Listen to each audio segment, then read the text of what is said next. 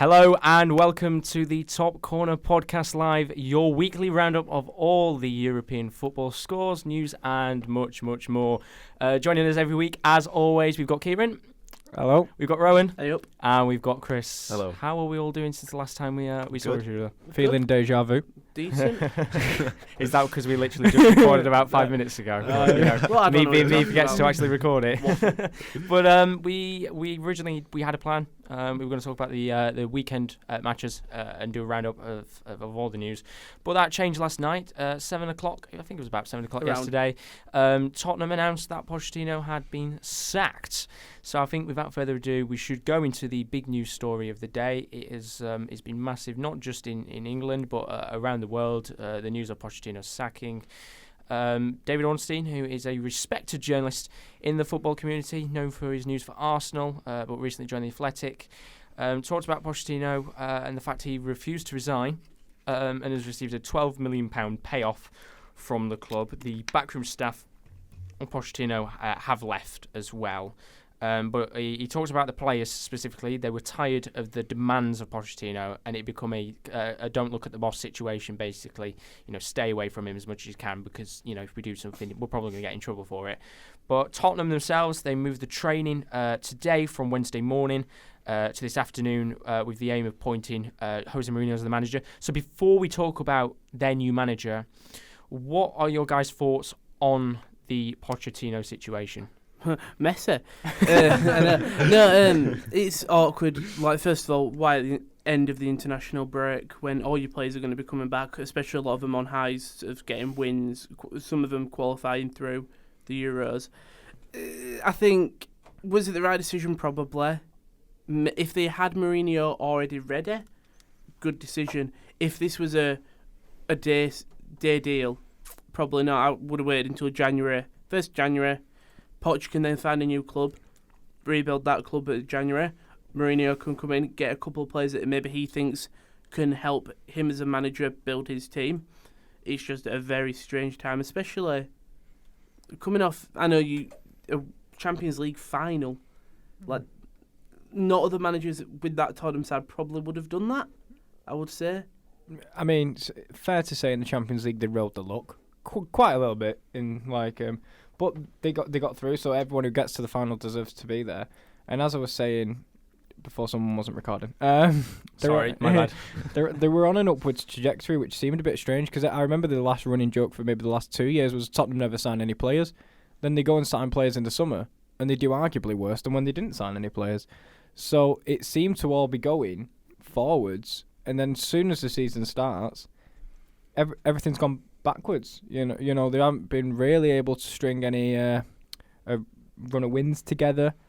The best result of the season came against Man City, in my opinion, getting a draw away from home, but there's been too many bad results in between there. They got destroyed by Bayern Munich. Bayern Munich are good, but 7-1. I mean, you look at some of the teams that they lost to. They lost to Bayern 7-2. They lost to Colchester in that infamous penalty shootout.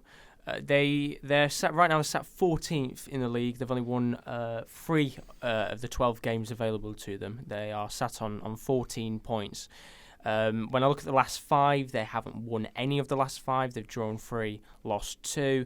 But the position that they're in, it's 14 points and 14th in the league looks bad. But when you see Sheffield United in 5th place on 17 points, the competition between basically down from 5th to 16th, where West Ham is on 13 points. All the teams in that bracket, well, they're not all struggling, but you see Arsenal in there, you see Man United, you see Tottenham, you see Everton. There's a lot of the big clubs that are struggling right now. Do you think that it was the right time to sack Pochettino, or do you think he should have stayed on until the end of the season? Chris is saying, yeah. What are your thoughts on that? I think the time, and I think if they were going to get rid of him, should have got rid of him at the beginning of the international break. But I think, as you say, Tottenham comparing themselves to a team like Sheffield United, a team who've only just been promoted, I think it's a bit ludicrous. They've built a new 61,000-seater stadium, got to Champions League final, and find themselves in 14th. I think they should expect nothing less than top 6 football at least. But I think it's like I think it was a shock losing some of them games, like the Brighton 3-0. I don't think Poch would have expected it. No. I think you definitely, because you've got the winter games where a league can be decided. Let's say in them winter games, Spurs win all of them. That puts them back in the top 6. What has Poch done wrong there? Yes, lost a few early games, but we've seen managers do it before and bring a team back. Yeah, for me, I'm sitting on the fence a little bit. I don't really agree with getting rid of him because we all know how talented Pochettino is. He might not have got it through this year, but that's not Is that a fault of his own or is that a fault of the players? Have the players lost faith in him, which makes no sense after you get to a Champions League final? But I don't know the ins and outs and run-ins of the club. But for me, it might come into them situations where you don't realise how much you love something till it's gone. Mm-hmm. And that's maybe not in the immediate future, but long term, if they could have secured a manager like Pochettino long term, we've always talked about Tottenham and they've got these young core of the squad when they used to have Harry Kane and Dele Alli, but they've all moved on now or got a little bit older. And Harry Kane's clearly scoring goals, not this season as much in the Premier League, but when he plays for England he does. And these players are maturing. And this should be I'd say the height of Tottenham right now. This is where they should be the best of the best. But then you could say Daniel Levy's done good bit of business because he's brought in a winning manager. If you look at Mourinho's won 10 trophies since 2008. Tottenham haven't won a single one. Yeah, so if you're Mourinho's saying it won is 4 the league titles. peak of their team, and you want this team to be challenging, maybe he's the right man. Yeah, since Mourinho has joined, Tottenham have only won 1 trophy since 2008, and since 2008, Mourinho's won 10. As Chris said, he's won 4 league titles, Champions League, Europa League, 2 domestic cups, and 2 English cups. Now, Daniel Levy has come out, apparently, according to the Daily Express, and said that he regrets not sacking Mauricio Pochettino after the Tottenham loss against Liverpool. Harsh words? Yeah. Do you think? Well, so he joined on the 27th of May 2014. He played. He managed 293 matches for the club, and it's an alright record. He got 160 wins, 60 draws, and 73 losses.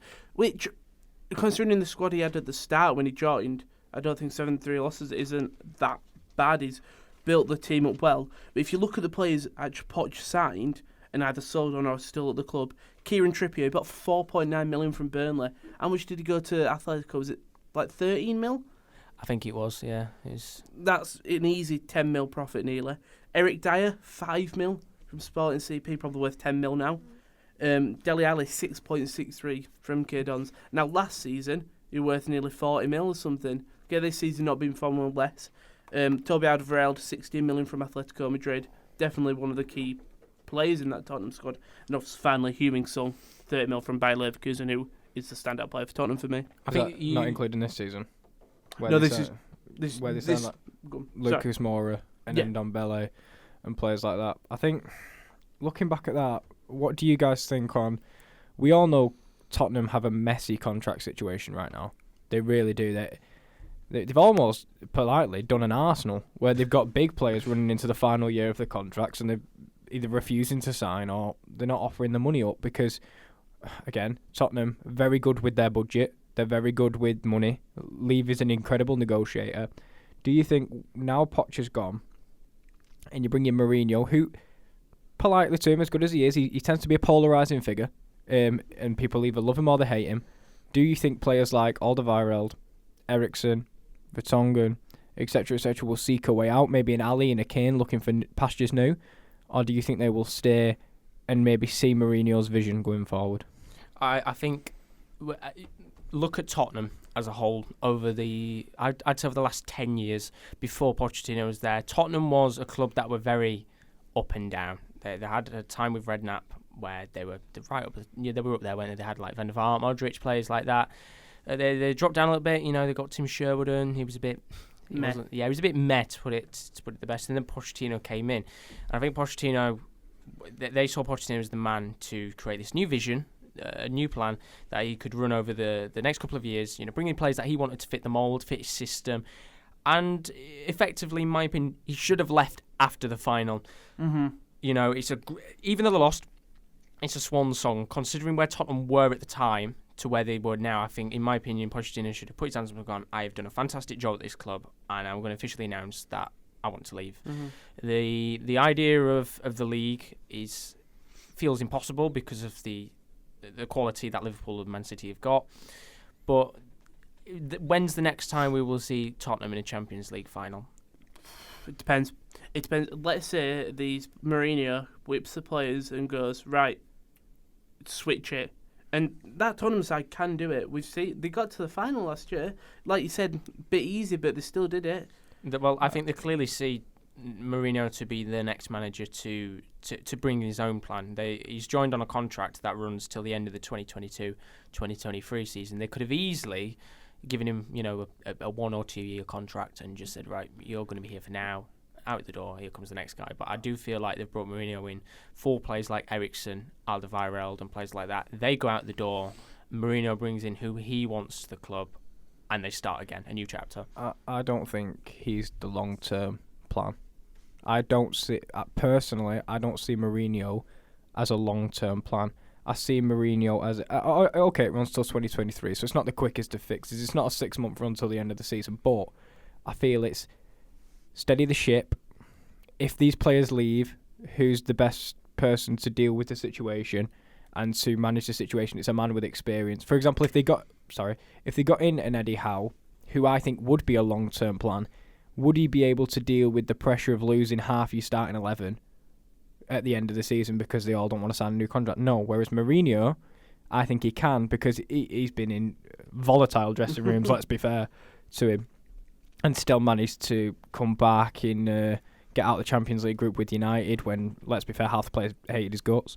So I don't see him as, when we come back and look on Tottenham in maybe 5-10 years' time, I think they will have moved on. They'll have a because when Pochettino arrived from Southampton, he's had 5 years in charge. Is it 5.5 years now? 5.5 years. 5.5 years in charge. Yeah. So, and they clearly, if this patch of form hadn't happened, they would have kept him going until, well, he retired. But for me, Mourinho's not that sort of manager. Mourinho's the sort of guy to come in, get the best out of a group of players for a short period of time, and then maybe win a cup. Because I think that's the best Tottenham can hope for. Mm-hmm. I don't see them as winning the Premier League. Not this season, no chance. I don't see them winning the Champions League this year. Not a chance. I was going to say I said that last year, but they got to the final. Yeah. But a cup run maybe is the best. Maybe they win maybe they win a FA Cup, and that's the best they can hope for. Well, that's the question I was going to ask. If you see Mourinho as a short-term option, do you think Mourinho will do what he does at other clubs and bring short-term success? Yeah. Yeah. When Ole at United, when he got, was it a 6-month contract? Was it to the end of the season? I think it was to end of the season. Yeah, End of it the was. season. He was literally coming just to sort it out to the end. Do you think why Tottenham have given him a big contract is because we saw what happened with Ole. They gave him a 6-month contract. They had a good success for that United team who were performing bad. But then obviously this season hasn't really lived up to that. If they give him a 3-year, 2-year contract, at least at the end they can think, okay, he hasn't really had that good 6 months. We've still got another year and a half where he can have the start of a season where he can train the players exactly how he wants from season to season. But if you don't have the patience to stick it out with Pochettino, why would you have the patience to stick it out with Mourinho? I think they've stuck it out long. 5.5 years is still. No, I mean this season. Yeah. Like we always know that towards the third season, Mourinho just tend to get a little bit haywire.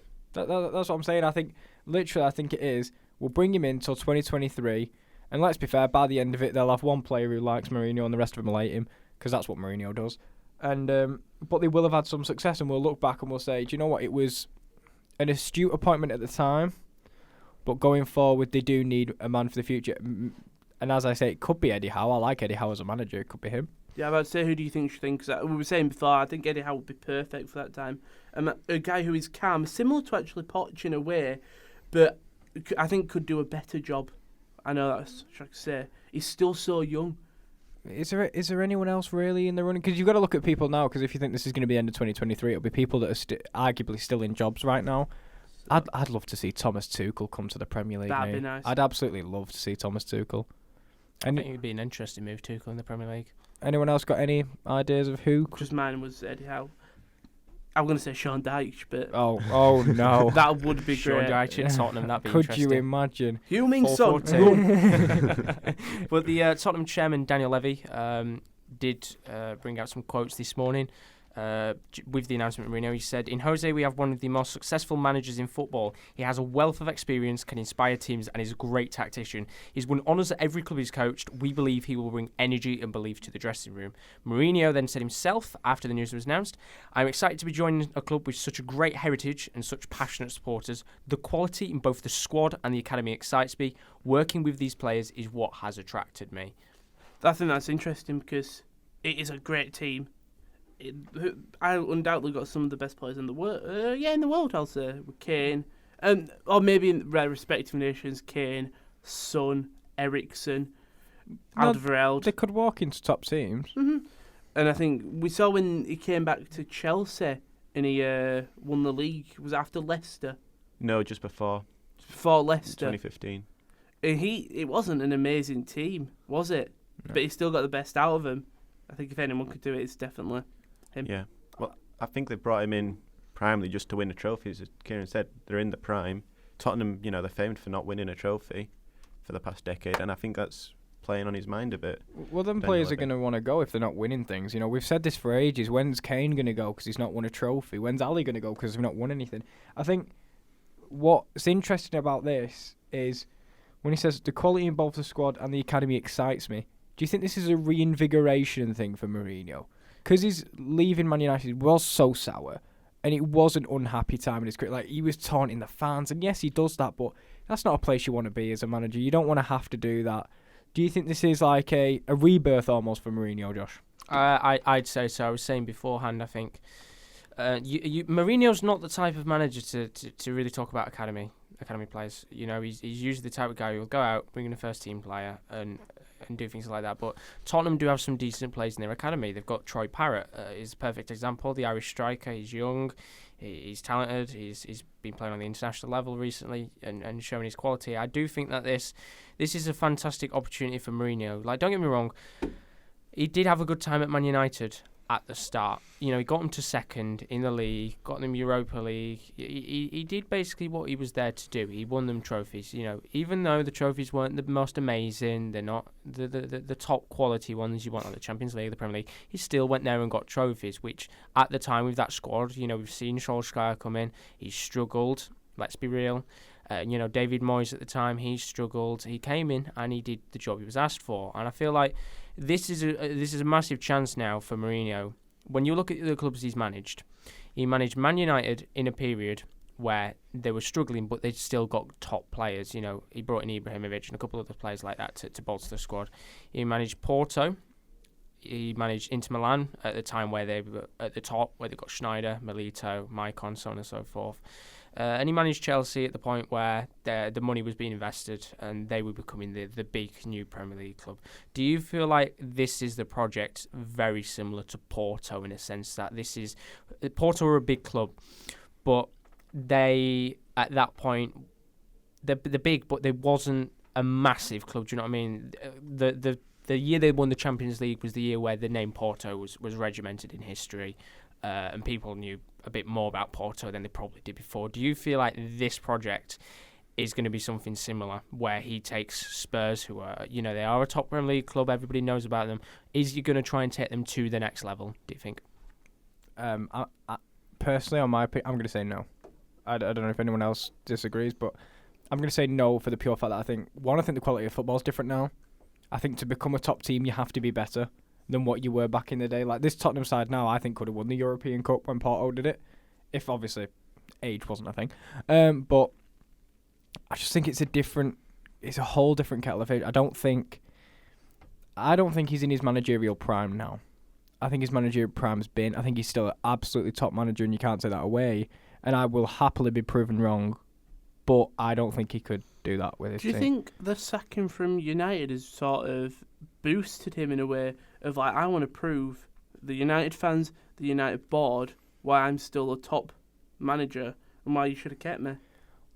But for me, that'd be a very selfish way for him to look at it. It's Mourinho. It was clear to see when he was sacked by Manchester United, all the time out he had was clearly a massive thing on his mind. He was constantly, all the time, having interviews saying, I'm bored of not managing. I really want to go into a club and prove myself. And even when he's been on Sky Sports, you can clearly tell, obviously, he's taken the job, but he was desperate to get straight back into something else. And I feel like now is the time. If Mourinho really wants to, he's a top quality manager. He's right up there. But if he wants to boost his name even more, now is the perfect time for him, in my opinion, to really prove his quality as a manager.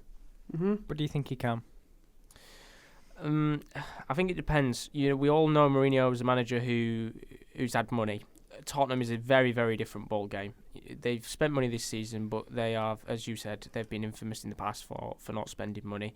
The question is, does Daniel Levy see this as a time, right, we've now got the world-class manager, let's bring in the world-class players, because Mourinho is a name that brings players in. Let's be real. If you look at Arsenal, Unai Emery, and you look at Spurs, Jose Mourinho, who would you pick if Arsenal and Spurs came in? Unai Emery, because he'd wish me a good evening.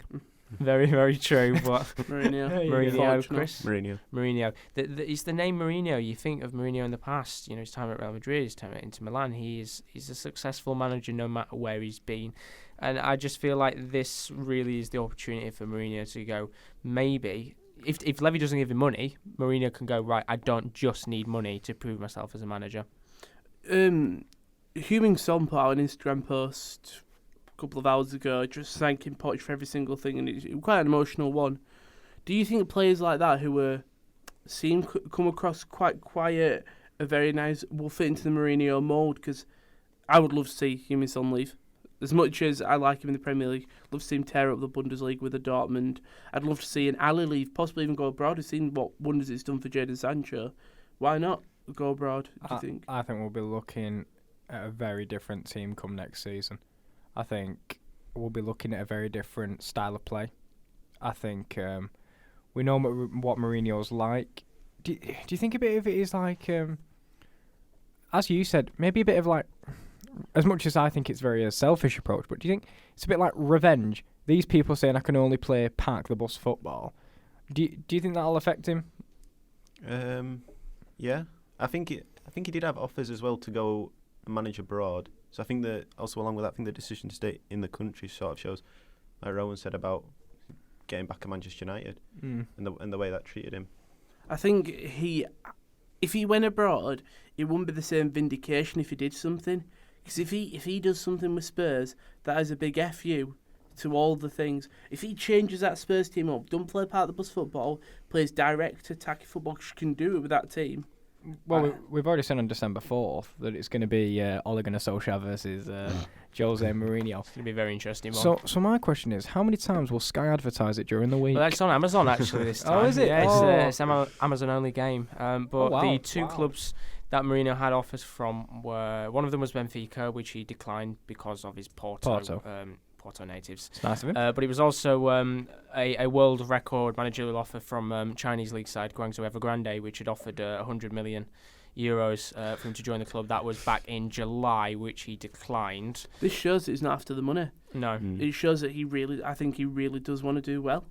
For once. Not for once, sorry, but actually just wants to has that passion. Because I think any manager who didn't have the passion for the game anymore would take 100 million. Well, I would, and I can't manage. That's what I was saying earlier with I think it's this time out has been good for him. I think it's reinvigorated him as a person. I think he's got his hunger back. Exactly. He's gone. When you've been in the game so long, he never had a time out, did he really? Because he went from club to club to club to club, consistently, always being at the top level. Eventually, as you said, that passion dies out. Because you're so used to being at a top club and you're so used to just trying to win things. Taking that time out, understudying the other people in the leagues, the Klopps, the Guardiolas, and not just that, the Valverdes at Barcelona, the Zidanes at Real Madrid. It just, as Chris said, it brings that hunger back. And is he going to get the hunger out of the Spurs side? Yeah. I think there's a couple of questions you can easily ask here. I've put down 2 extra questions. My first question was, obviously, the January transfer window is coming up. Do you think that should be the time where Tottenham start investing and bringing some players in to make a statement? I don't think they should bring in big names. I think they should bring in names who will just boost in, maybe a couple more defenders. I think your midfield and attack, maybe a spare striker just in case. But I think your attack and your midfield are pretty set. Just if you strengthen that defence, you've got Michel Vorm as your second, because Lloris is expected to return, I think, at the start of 2020. Yeah. So you've got Vorm there as your secondary goalkeeper. He could make it into a midfield Premier League side. They've still got Gazaniga as well. I think He's been class, by the way. I just want to give a quick props to Gazaniga, because that, as we were watching that performance against Liverpool, they could have lost by a lot more if it wasn't for that man. I think Lloris will struggle to get back in. Do you think so? If you base it on form, because let's be honest, we were all saying, for me, Lloris is a very up and down goalkeeper, because he has moments where you're like, oh, what a save that is, and then you'll think, the bloody hell's going through his mind? Like, why has he passed it there? Why has it rebounded there? When he was in the World Cup final against Croatia, they were sailing, and then he decides to try and do Cruyff turns. You're like, chill out, Lloris, mate. You know, you just sit where you are. Pogba's in the midfield; he can do that. You can't. I think does Mourinho look and think, right, I've got Alderweireld, I've got Vertonghen, and I've got Christian Eriksen that are potentially about to walk out the door for free. Does he look at that and think, right, if I can get one of them maybe to sign a new contract, that's perfect, but do I now need to go out and replace these players early just in case? Because there's been a lot of transfer news about Eriksen, a lot of transfer news about clubs trying to potentially take him away in January. Or just sign him on a pre-contract. Does Mourinho need to go out there and sign another attacking midfielder or a defender in the January transfer window, maybe?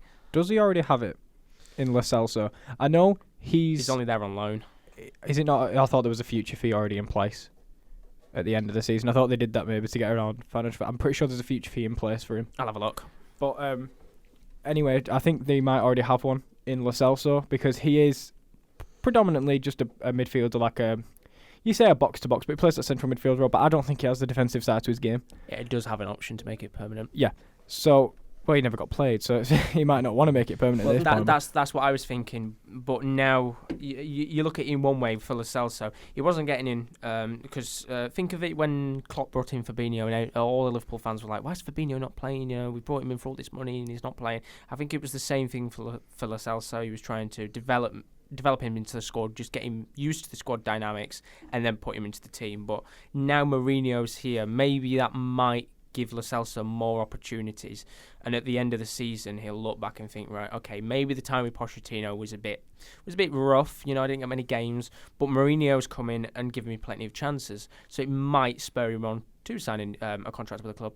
I think that what this will bring, be it good or bad, it will be refreshing for them Tottenham players, because I think a lot of them Tottenham players has been here for the 5.5 years, and you know what, it's like, you see, just as normal people, when we get in a job and maybe we enjoy it for the first 2 years, and like after that you kind of go, I'm kind of sick of the repetitive the training how much can the training sessions with Pochettino change, you know?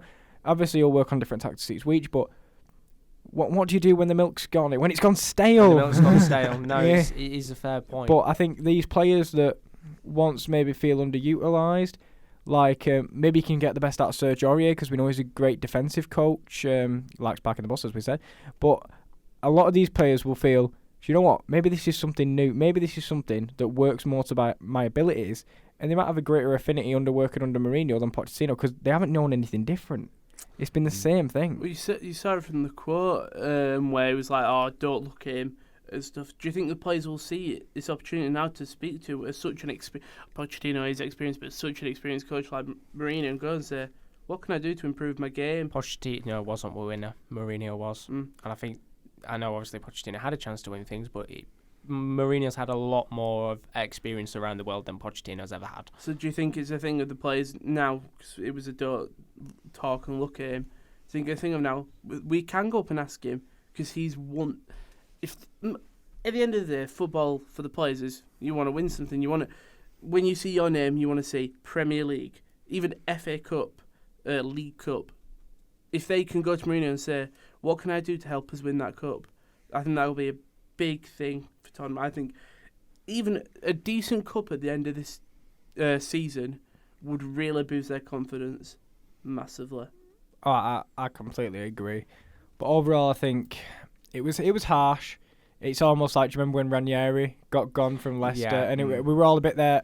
As much as now they're on the up with Brendan Rodgers, but at the time we're all going, it's a bit harsh. He's just won you the league. And then now in this situation with things, we're like, it's a bit harsh. He's just got you to a Champions League final. Sadly, the game, patience is lost in this game now in football.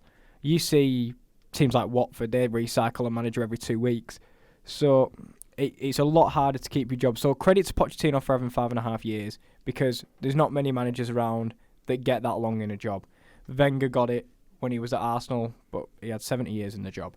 So for him to do that, it's very impressive. But maybe this is what they needed, just a refresh and a restart. And I don't think this Mourinho's, as I said, I don't think it's long term. I think they do need to look for someone else once his contract expires. But overall, is there a better appointment you could have made in this short term with people available? Unless you got Allegri, probably not. So I think at this time there are a real lack of top managers that are available to bring in. I mean, the Sky Bet was looking at their odds yesterday, and they were saying Allegri obviously was up there, Mourinho was the favourite, but Carlo Ancelotti as well, who's been struggling at Napoli, which we'll talk about Napoli later on in the weekend matches roundup. But as we move away from Mourinho, I think the next question to ask about the whole situation is, for Pochettino, where does Pochettino go next now he's left the club? I think he's open about said before they wanted to go back to Spain.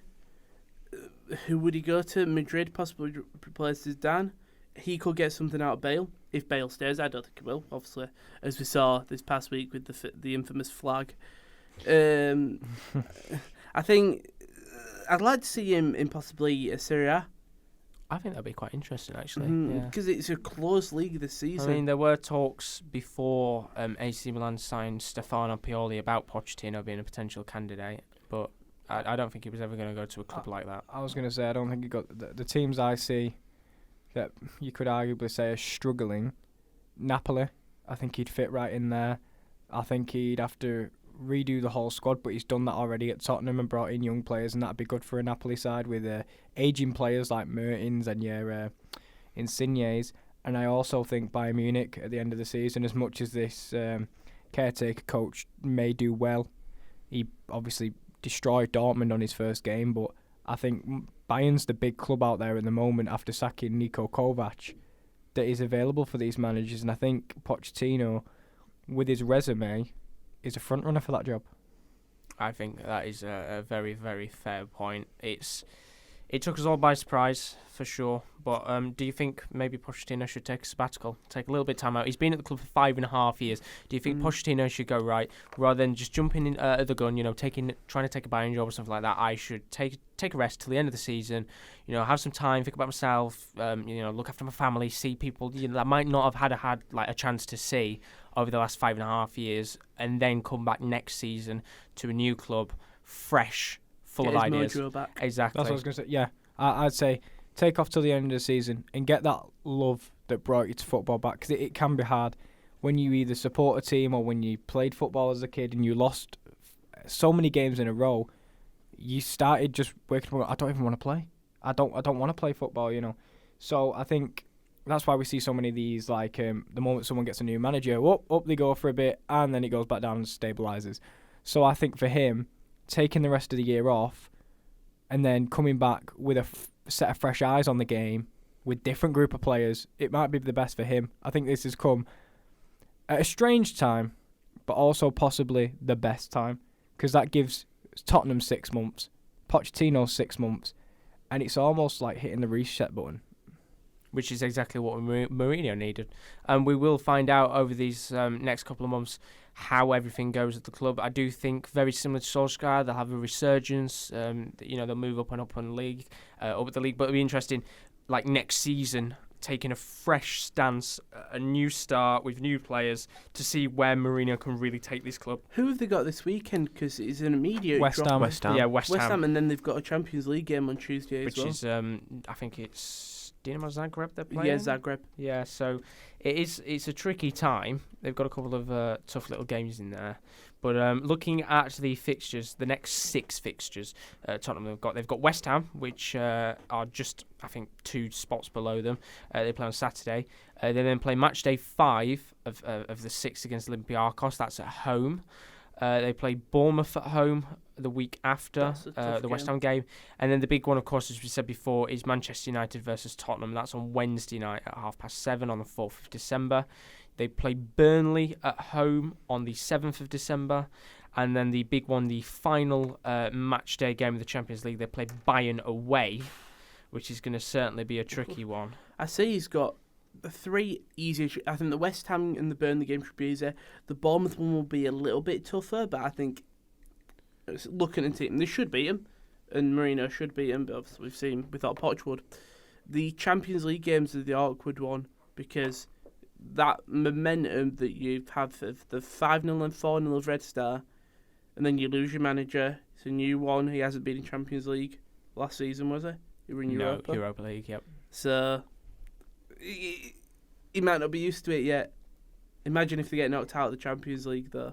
I don't think I think they may have qualified properly. Well, looking at the group table, Bayern are first with 12 points, Tottenham are second with 7, and Red Star Belgrade are third with 3 points. So if they basically pick up points against Olympiacos in their next game, and Bayern beat Red Star Belgrade, they're both through anyway. Right. They should be able to get through the group. It'll just be interesting to see who they do get in the knockout stages, because if they come up against a Juventus or an Atletico Madrid, do you think they could beat a club like that, or do you think they'd be knocked out? Well, if you think about it, to be fair, Mourinho, he knows how to beat the big sides. I remember when United went 2-0 down to Man City, and they came back and won 3-2 when no one expected it. His game in the Champions League against Juventus when they beat them, I think it was in their own backyard. Yeah. So he knows how to beat these big teams. I think, I don't think they can go all the way, trust me, I don't think that, but I think they could pull off one shock game this year. I think if they got on Atletico Madrid, I think they could get past them, because sadly Atletico lost a big chunk of their squad this year.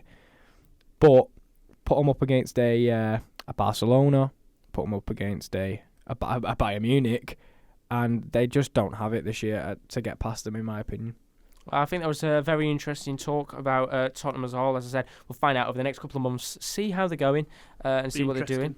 But we're going to take a little bit of a break for now.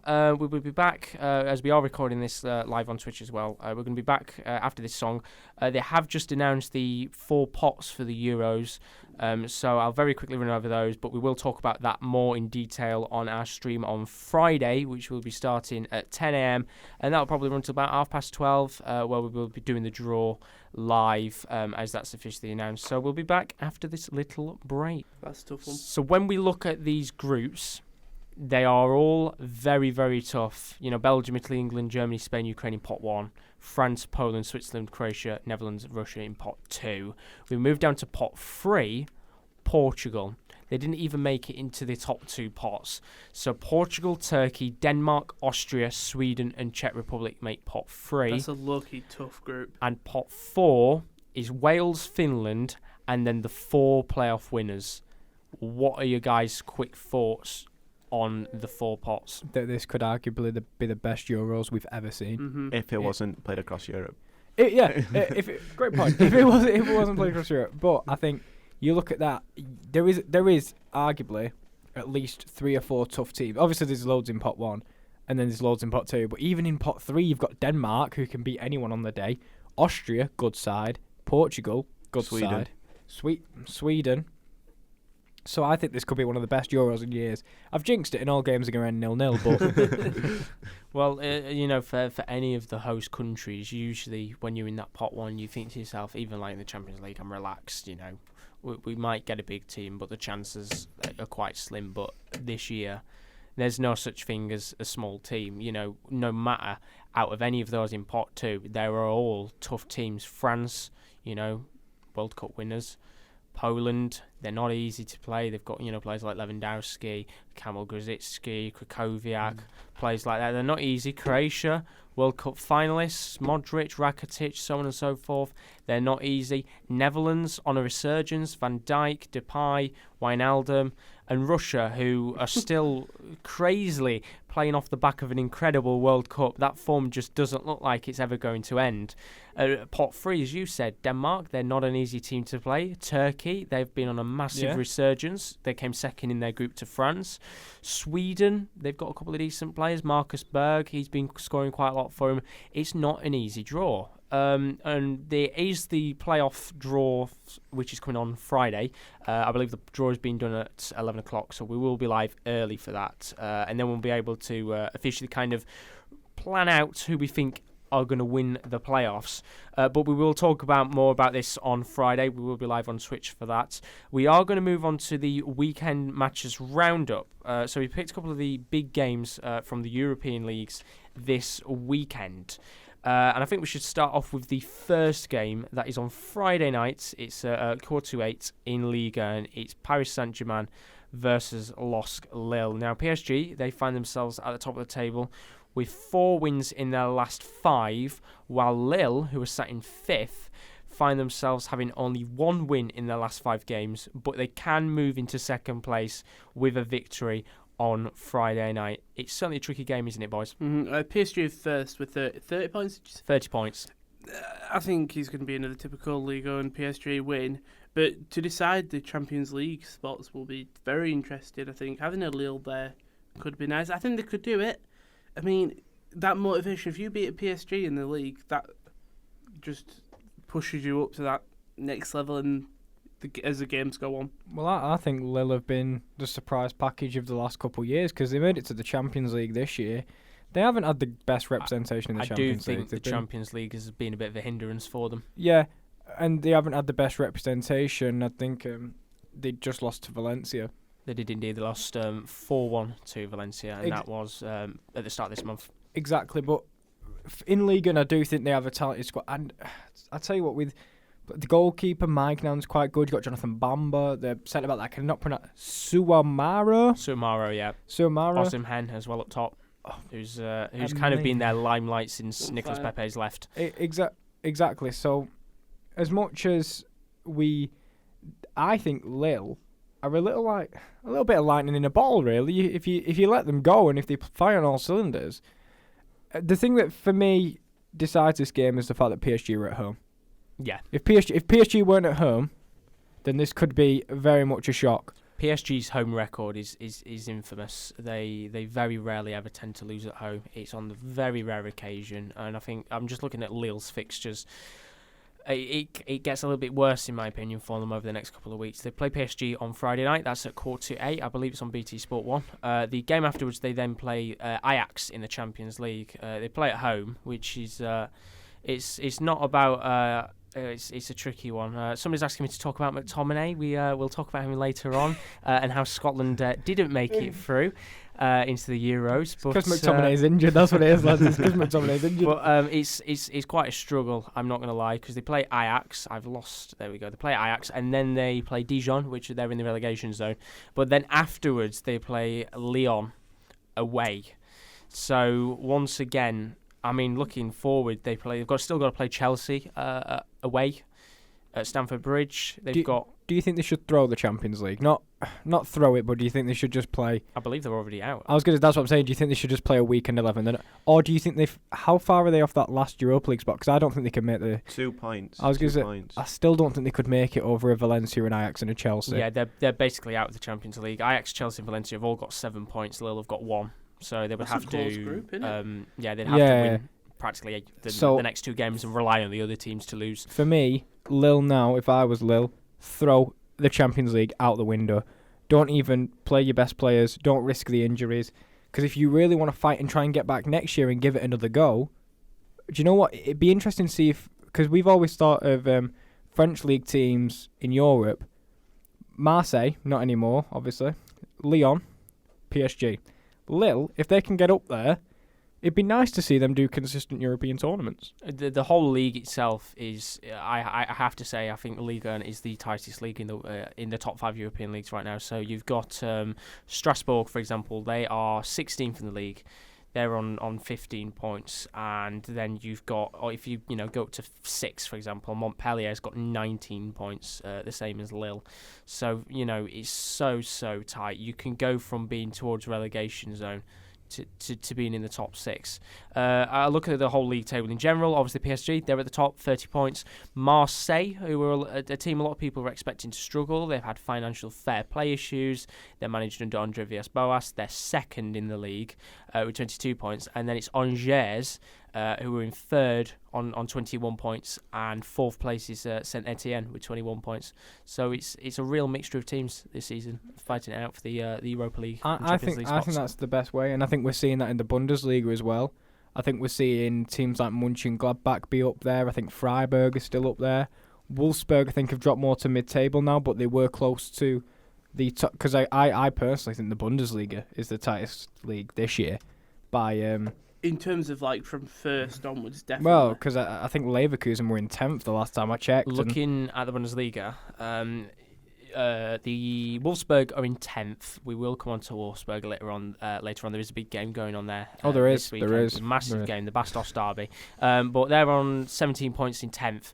But Leipzig in second, they're on 21 points. So the battle once again in the Champions League, the Europa League stages, positions is incredibly tough. I mean, we are going to be talking about La Liga as well, and it's the exact same thing there. It's a very, very tight competition around the world.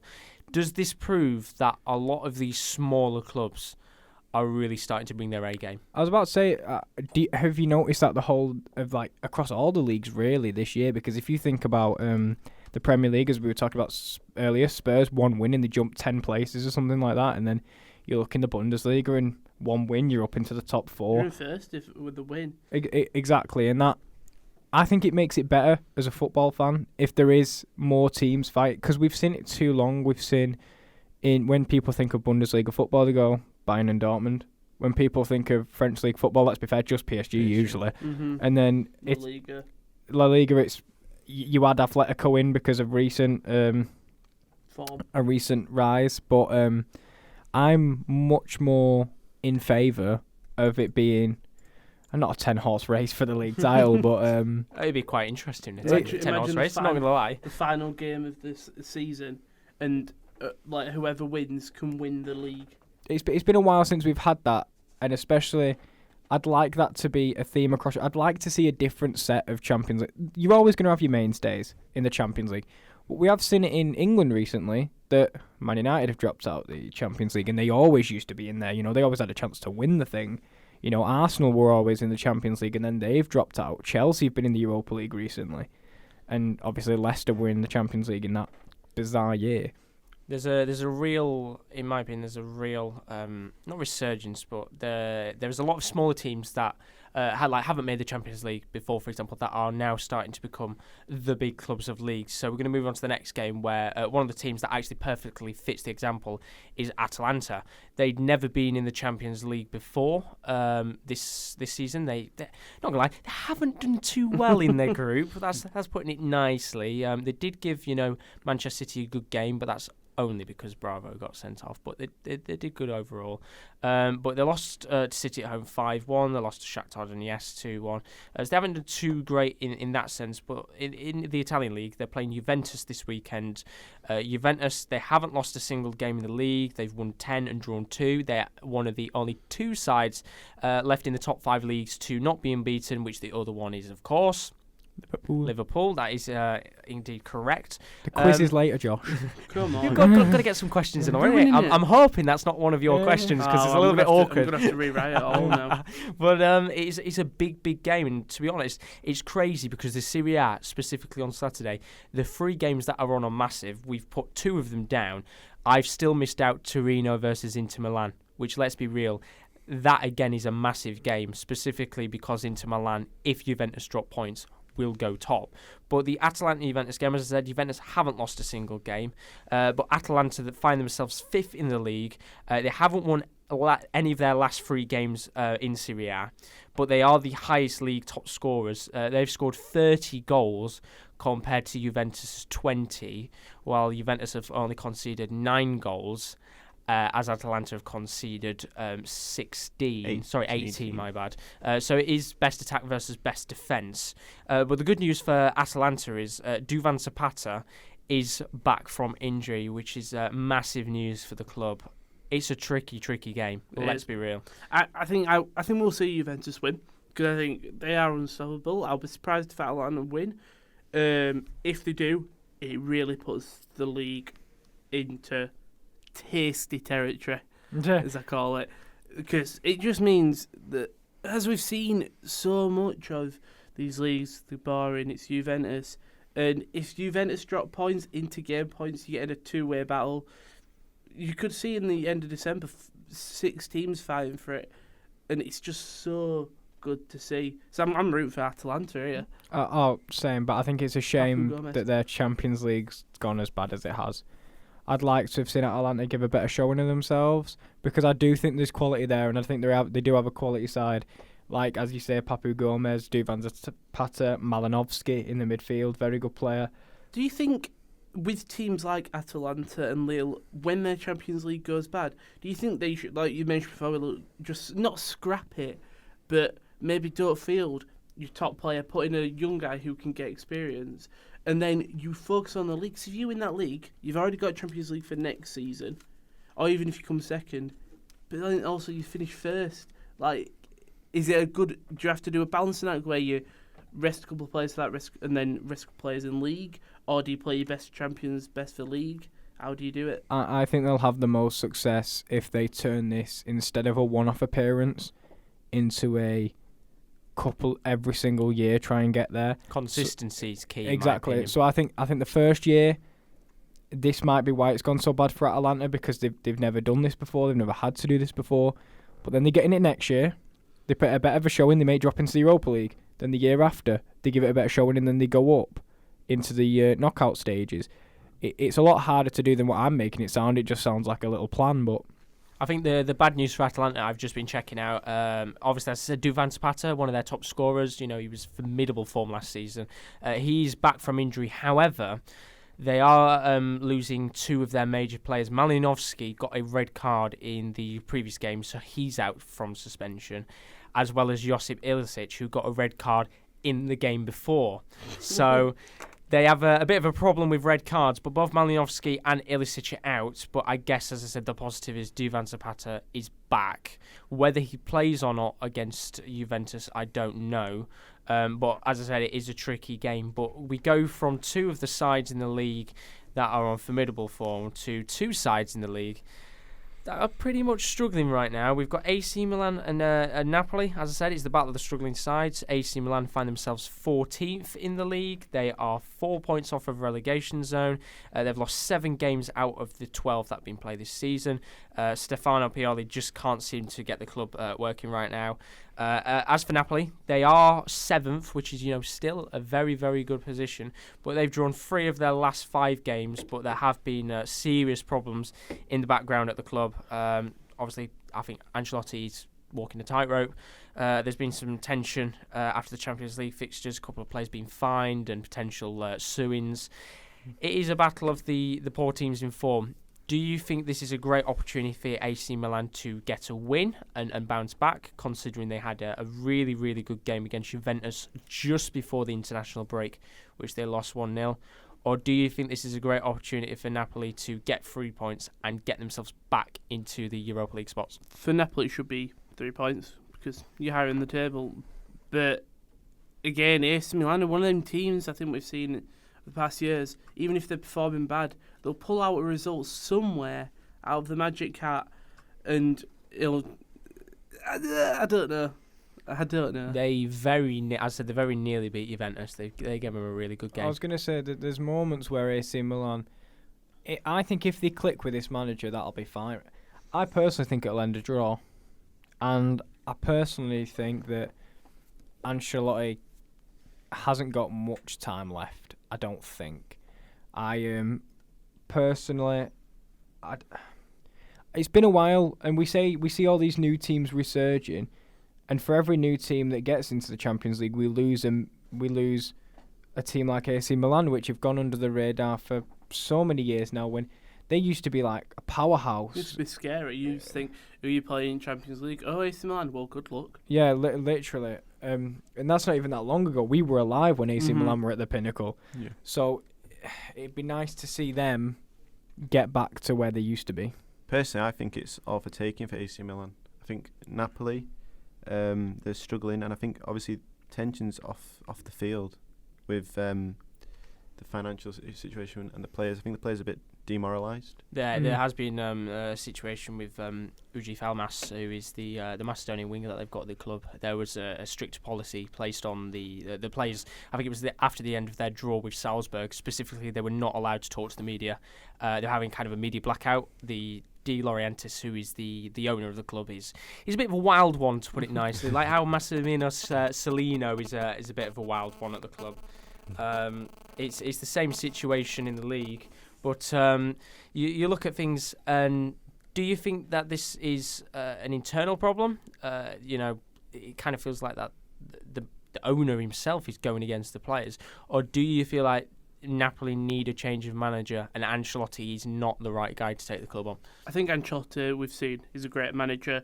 I think, it comes down to the chairman. If the chairman is not a chairman where the club can get, where the players can get behind him and think, well, if we perform bad, this chairman can still look at the positives or see us and think, okay, that's not being good, we can improve this. If you've got a bad chairman, your morale is going to go down because you're not going to feel, what's the word, emphasised to play for the club. Yeah, motivated. You're not going to feel motivated to play for the club. I've got the word, all right. It's a big word. I've got to say, it does really feel a lot like Leeds United when they had Massimo Cellino in charge. De Laurentiis is a crazy one, and he will not back down. He won't leave the club. So for me, it's more of a case of who will show their wits. Will Ancelotti keep determined and stay at the club, or will he fold under the pressure and go, right, that's it, I'm off? As I said, De Laurentiis, he does not hesitate to sack people. We saw at Bayern Munich when Ancelotti was there. He did all right with the club. He didn't bring really many trophies, and eventually he did leave. Same again at Napoli. They were in a position where they'd been off the back of Maurizio Sarri. They were close to winning the title. They got that season where they had got 90 points. But now it looks like Napoli are going backwards, which is the exact same as what's happened to AC Milan. I look at the suspensions and injuries for these games. AC Milan are missing Matteo Musacchio from muscle fatigue. They're missing Samu Castillejo as well as Fabio Barini. And suspended Hakan Çalhanoğlu and Ismail Benassa. They're injured, so they are missing quite a bit of their first side. As for Napoli, it's infamous to know that they've got defensive problems. Kevin Marquis out for the rest of the season because of a cruciate ligament rupture. Allen's out because of knee problems, and Arkadiusz Milik has got muscle fatigue, so it doesn't look like he's going to be back. And they've also lost Tonelli, Cicciretti and Landrino because they're not eligible to play. So both teams have got quite a fair whack of injury problems on the side. But it'll be interesting to see who comes out on top. Both teams desperately do need a resurgence. And just thinking about AC Milan, their new manager, Stefano Pioli, he's struggled since he's come in. Do AC Milan need to get a big manager in? Do they need someone like a Pochettino to resurge the club again? But will I don't think it's quite. Of course, I think the answer is of course. But I also think it's not as easy as that, because which big manager would want to go there? I think AC Milan have to sort out their financial issues before they start thinking about getting a big manager in. Well, we saw them go on that absolutely massive spending spree in the summer where they brought in Hakan Çalhanoğlu. Yeah, and Rodriguez at left back. 2017. Yeah, they brought in Andre Silva as well, and it's not worked. I've got to admit, I think Hakan Çalhanoğlu has been good this season. I do think he has been good. He's been frozen out by a couple managers, but Pioli likes to play him. And I think overall, they need a big manager. Will they get one? No. So I think at the moment, they have to find a mid-tier manager that gets the best out of the players he's got. And they need to have European football soon. They really do. The thing is as well, it gets to a certain point where the longer it goes on without European football, the more money the club loses. It's as simple as that. These big clubs like AC Milan, I'm just trying to think of other clubs that haven't made. Can anyone think of any other clubs that's not made the Champions League that used to be there? Well, you could always say Leeds United. Leeds United, for example, and teams like that, they lose so much money from not being in these big competitions, and effectively it is killing AC Milan in a way. The pulling power that they had back in the day when they had Ibrahimovic, Thiago Silva, Robinho, Seedorf, all these top quality players, they just don't have that anymore. So when you've got players coming in like Bonaventura did in his day, Hakan Çalhanoğlu, they're not the stars of the past. But the teams that certainly do have the stars of the current are Manchester City and Chelsea. Segue. How smooth was that? Great, isn't it? But Chelsea and Man City, it's a humongous game. City are coming off the back of that 3-1 loss where, let's be real, they did give Liverpool a good game. Let's be real. They had plenty of chances, but effectively Liverpool were just too much for them. But as I said, City have lost 2 of their last 5. It was a 2-0 loss against Wolves, which is the first time they hadn't scored in God knows how long. And they had that 3-1 loss to Liverpool as well. But for Chelsea, they've won their last 5 league games, scoring 13 goals in those 5. And just a quick stat to Stat Attack. Tammy Abraham is the highest away scorer in the league in 2019 to 2020, netting as many or more goals on the road than 15 of the other 19 clubs in the division with 7 goals. That's an incredible stat. For me, this game is Chelsea's. I think Really? City lost 2. The Liverpool loss will be weighing on their minds because they're their title contenders. And I think we've seen Chelsea 3rd. Chelsea higher than City. Chelsea are 3rd on 26 points. Liverpool are 4th on 25. Liverpool are not 4th. Liverpool are 4th. Sorry, City are 4th. Man City are 4th, not If Liverpool. Chelsea pull off this win, I think we could see a Chelsea-Liverpool contention is like coming up. I think City really, I don't know what must have happened, but something's happened. Injuries. I've got to say, I think City will True. come out resurgent after that. Yeah. They know the title, it's on the line for them. They're facing, defeat in the face. So I think they're going to put everything for it. The good news is apparently Edison is back for Man City. He's been in training, so that is a big boost. For me, that's not where the problem lies. I think that problem lies in that centre-back position. And as you've just said rightly about Tammy Abraham and how good he's been this season, do you think Otamendi, who, let's be honest, is an absolute madman in defence, he can have games where he's amazing. He's like a Lovren for me. Yeah, he reminds me very much of David Luiz. Like, he has moments where he'll make a great slide tackle, and then you'll just see, why is he in midfield and he's left a gap? Right, I can see the gap. Facing Edison? Literally. It's a very, very big, I think it's a make or break situation for Man City. As Rowan said, the pressure has really started to build on the club. But it's not just this game. I'm looking at the future fixtures that they've got. The Christmas period is humongous for this club. So as I said, they play Chelsea on the 23rd. It's 5:30. I believe it's on Sky Sports, Saturday Night Football. They then play Manchester United in the Manchester Derby. That's on the 7th of December. So that's another one of the big games. But back to back to back, 7th of December, Manchester Derby. The week after, they play Arsenal away, which, we all laugh at Arsenal. They'll put up a fight. But they'll put up a fight, when the league champions are coming to town. Is that the 14th? That's on the 15th, and that's at 4:30. The week after is Man City versus Leicester. Is that Boxing? Which I think is the biggest game of the lot. Is that Boxing Day? That's 21st. Boxing Day, they haven't got a game. It's the 27th. They then play Wolves away. I know if that. Leicester do damage... Go on, sorry. No, go on, now that you say. I was just going to say that I think we were talking about this after the Liverpool City game. For me, Liverpool have wiped away every big test that they've been given so far. They apart from Manchester United, which was a blip, and they were shocking. I'll be honest, they drew 1-1, but they were rubbish, and they still could have won the game because that was given handball for no apparent reason. So they beat them. They went past Arsenal with relative ease. They beat Leicester, relative ease. They beat Man City, relative ease. For me, they are on a tirade towards the title. However, I personally look at City's squad depth, and it is much greater. So in that big clump of games there, where Liverpool might not be able to, they can swap out a Salah for an Origi, but he won't do the same job. They can swap out Aguero. He's played 2 games in a row. Oh, we're facing Leicester. It'll be a tough game, but let's put Jesus in. Jesus is still quality. Like let's be honest. That's where Chelsea struggle because you see Tammy Abraham and you think to yourself, after that you've got Michy Batshuayi and then Giroud. Giroud.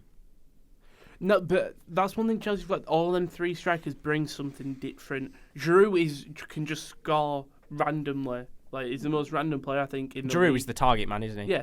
You've got Batshuayi, who's great at just scoring them heroic goals. And Tammy Abraham, like you said, who's been quite consistent.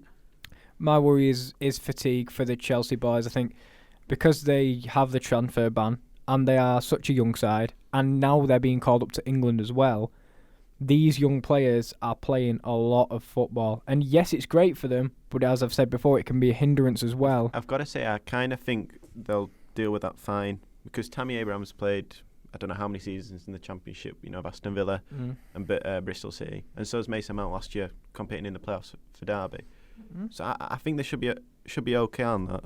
I do think that Chelsea can get quite a run of form going. In terms of playing a team in the top six, they don't play another team. If we're not including Spurs and Arsenal in that list for now, they don't play another team till February. It's Leicester they'll play. But they can get a run of form going after this. In the Premier League, their next 5 games are West Ham at home, Villa away, Everton away, Bournemouth at home. And then it's a big one. They play Tottenham away, so that'll be an interesting one. That's on the 22nd of December. When speaking about the fatigue, obviously Jurgen Klopp came out and was obviously criticising because they've got the Club World Cup game on a Wednesday and then the Carabao Cup on the Thursday, and he said he won't be fielding the best team for, I think, the Carabao Cup. Yeah. And obviously many managers and players have complained, but we see these lower leagues, League 2, League 1, Championship even, play horrendous amounts of games. If a League 2 game to go on 2 cup runs, that's let's say 3 extra games in the cup, 6 extra games if you count both cups. Then you've got the leasing.com trophy, that's another 3 games. If they go through, that's another 2 more. Then you've got all your league games where there's obviously more teams in.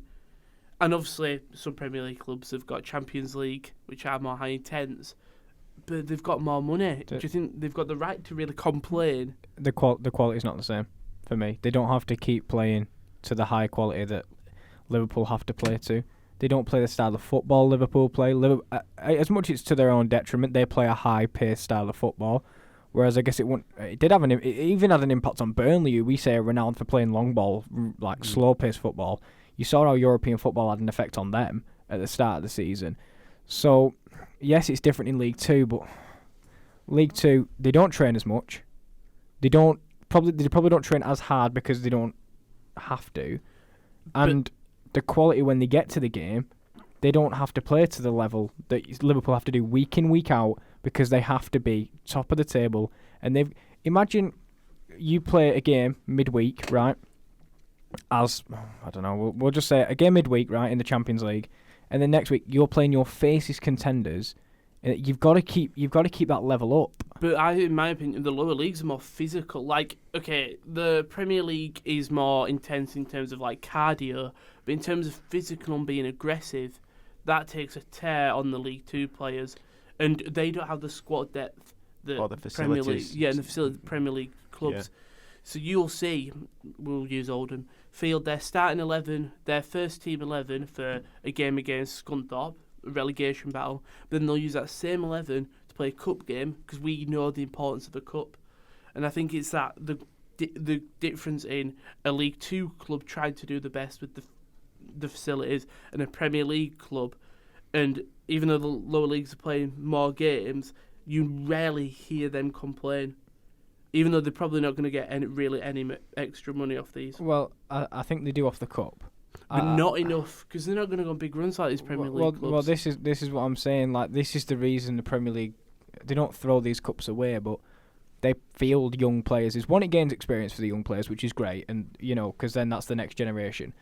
But also, do they really need the 10,000 you get for getting through the Carabao Cup? No. Whereas Oldham, they'll take the £10,000 and run with it because they can improve. So they don't have to. It's supply and demand. Like, they don't have to. The demand to win that trophy is not there. So don't supply it with your best players. There's no reason. So to be fair, I think it is a double-edged sword, and I think it's a good argument and it's a good debate to have. But we've gone completely off Manchester City, Chelsea. I don't know where that came from. But Who cares? they do play on Saturday night. It is a very big game. As I said, it's on Sky Sports main event. Obviously, whoever wins that game will go into second, but if they do draw, it does give Leicester a little bit of an opportunity to push forward. Leicester are playing Brighton away, so once again, it's not the easiest of games to go to. But the last important game, well, actually, technically it's not, because we're going to talk a little bit about the Bas Dost Derby's game of the week. But our last fixture roundup is in La Liga.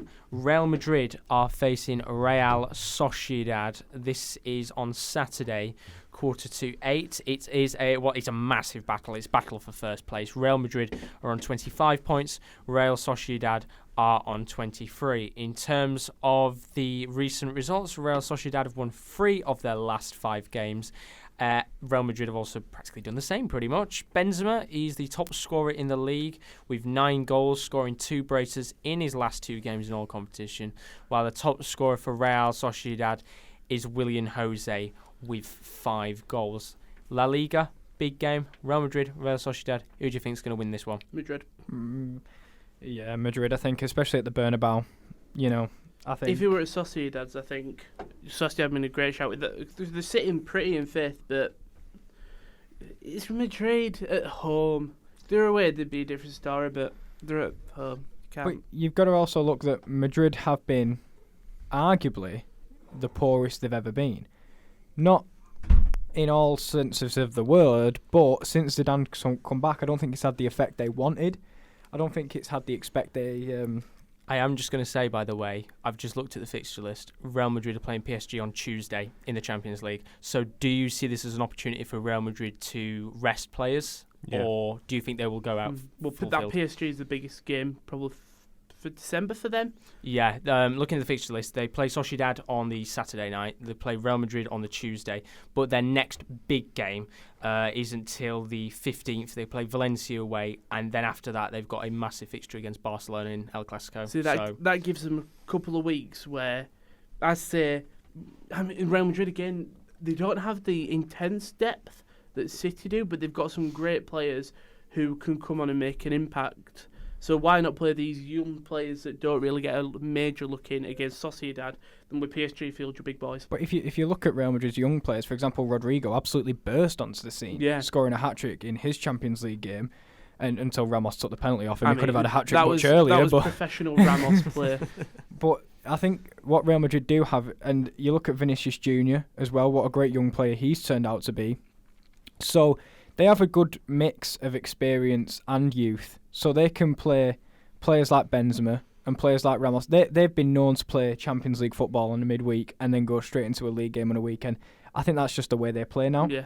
But I think if you could take out players like Isco and players like Asensio, not Asensio because he's injured, but Vazquez, and then bring in Rodrigo and him have a performance like that, then there's no reason they can't beat Sociedad with a reasonably weakened side and then go and give PSG a hell of a game in midweek. Well, the thing is, I'm looking at the injuries and suspensions again. Real Sociedad are actually missing quite a lot of their important players. Ruben Pardo's been out for a couple of months. Illarramendi, who's their top midfielder, he's not coming back to the end of the month. But they're also missing Martin Odegaard, which is, of course, a Real Madrid player. He wouldn't have been able to play because they put a clause in his contract basically to say he can't play against his respective side. But the only major player that's out that won't be available for Real Madrid are both James Rodriguez and Luka Jovic. Jovic picked up an injury just before the international break. He's not really even starting it though. Not Madrid, really, no. I mean, as I said, with the former Benzema, top scorer with 9 goals, he's not going to push into the side, let's be real. But I'm just looking at some of the stats. No side has beaten Real Sociedad on more occasions in the league history than Real Madrid, along with Barcelona, who've done 81 times. Indeed, the Basques have conceded the most goals against the Whites in the competition with 313 goals. So it is a big game in respect, but are we all saying that Real Madrid are going to win this one? But we have got to take into account this is a different Sociedad side to what we've seen in the past. They are second in the league, and they are 2 points off Real Madrid, who we're here harping praise on. But if you can run them all the way and only be a little bit behind them, then there's no reason that they can't get a result. But at the Bernabeu, I don't see it. I think it depends what Benzema you get. We've seen Benzema over the past year. He'll have a season where he does incredible and he's one of the best strikers in the world. But we've had seasons where, where's he gone? He's popped at shops. He'll be back. He'll be back next season and he'll have a good one. I think Benzema's criminally underrated. I think for a lot of his career, you look at other players around Europe, Lewandowski's, you other strikers, Guerrero's and things like that. I don't think people appreciate the work that Benzema's done at Real Madrid. He had a fantastic young career at Lyon. He moved to the club with big expectations, and he always tends to get double figures every year. I just think of a player of his stature, Real Madrid fans in the future, they will look back at him and think, do you know what, maybe we undervalued him. No, I agree, but I also think I've always looked at him and never thought that's a Real Madrid caliber striker, because sadly he's got to walk in the footsteps of Ronaldo, both of them. And then when you never put Benzema on that level, I think he's been a great servant, but I just don't think he's been a world beater that they'd hoped for. Where do you rank Benzema out of the strikers in the world? You've got your A's, your B's, your C's, your D's. Are we going on current form or just as a striker as a in career? general? As a career. When you look at your top strikers over their careers, you've got obviously Ronaldo, the Brazilian Ronaldo, and players like that. But I wouldn't put him right at the top of the list. He will never be anywhere near the top. B-. No, because he is a good player, but then you look at the top strikers that we've got. We've got Aguero, who does it year in, year out, and even when... That was my next one. Robert Lewandowski, who's been absolutely class. And I think Aubameyang, he's done it in multiple different leagues. I don't put Benzema on that level. Would you swap, if you were Bayern Munich, would you swap Lewandowski for Benzema and get the same results? Probably no not. Way. So for me, he's good, and I would put him in that sort of second tier under world class. Yeah, I'm just trying to look up how many goals Lewandowski scored over his career Too at many. Real Madrid. Too many goals. See if I can find it anywhere. He's just been an interesting player. Top guy over his career. I mean, looking at his record for this season, he's scored 11 goals in 15 games. It goes under the mark, in my opinion. Well, and he's in an arguably worse side than what Benzema has been in the past. Well, if you think of how dominant Real Madrid have been, and they won back-to-back Champions Leagues, and Lewandowski, as much as Bayern have had fantastic players like Robben and Ribery, who are arguably one of the best providers in the world for such a striker as Lewandowski, you can't moan at that production. But I think he's done a better job in arguably a slightly worse side. You've got to think he was always in the light for Ronaldo. Ronaldo was the guy, as Ibrahimovic is for the other clubs. Ronaldo is the guy where the team is. He's the main staple of the team, and no matter who you are never going to take Ronaldo's place, as Ibrahimovic was wherever he went. But looking at, as I said, Benzema's stats, last season he scored 30 goals in 53 games, which is a pretty good record, let's be real. 2017 to 2018, he scored 12 goals in 47, which is quite poor. Do you not think that's because they took out Ronaldo? Do you think the taking out of Ronaldo has let him progress as a striker? And I still don't think he's the focal point of the Real Madrid team. I think since Ronaldo's gone, there hasn't really been one that's in the same mould. I think they're trying to make Vinicius Jr. and Rodrigo them new up-and-coming talents. There you go. I found out he scored 157 goals in all competitions in 323 games. It's a fantastic record. Let's be real. But he joined Real Madrid back in 2009. He's been there for 10 years now. I do think he is at a point where, as you said, a player like Lukijovic will take over. He'll move out of the squad, maybe go back to France, have a couple of years there and then retire. But it is a really, really interesting game. That is, of course, on Saturday. I believe it's on Premier Sports because La Liga, they haven't got the rights anymore of this Sky or BT, unfortunately. But that is your weekend roundup. I think there is one last important game to talk about. It is in the Bundesliga. It's our game of the week, and we've decided this week to pick the Bas Dost derby. It's Eintracht Frankfurt versus Wolfsburg. It's on Saturday at 2:30. Both sides find themselves, Wolfsburg find themselves 10th, and Frankfurt find themselves 9th, with the potential of both sides being able to move into the top 5 because of their goal differences. Bas Dost, Wout Weghorst. It's the ultimate battle of the tall strikers. Exactly. If you just whack it is titans amongst men up front. It is Weghorst versus Dost. Dost has done it in Wolfsburg. Weghorst has pictures of Dost in his room. He wants to be like Dost, but he never will be like Dost. I'm just trying to find out how many goals. He never will. You'll never hear anything like this again. I've never known someone be so passionate about Bas Dost. Well, Wout Weghorst has scored 5 goals this season. As for Bas Dost, he doesn't make it onto the top goal scorers list. Because that's what he does, he lurks. He's like a Peter Olayinka. He's almost like Tom Eaves. does, I he think wears that's a little bit. It's going a little bit too far. I know, Tommy's, Wout Weghorst, different players. Tom Eaves is much better.